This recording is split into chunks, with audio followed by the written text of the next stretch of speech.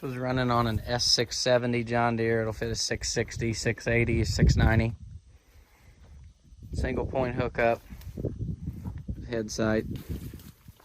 Got the tool here for the chains. In-row augers. This is a folding 12-row. Does need 2 front sprockets here.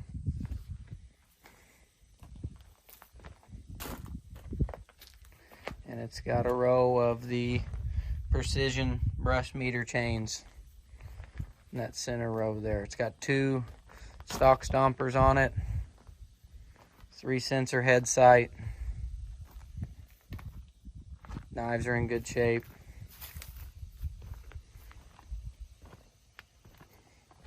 This head was stored inside. It's a 2013 North Star edition.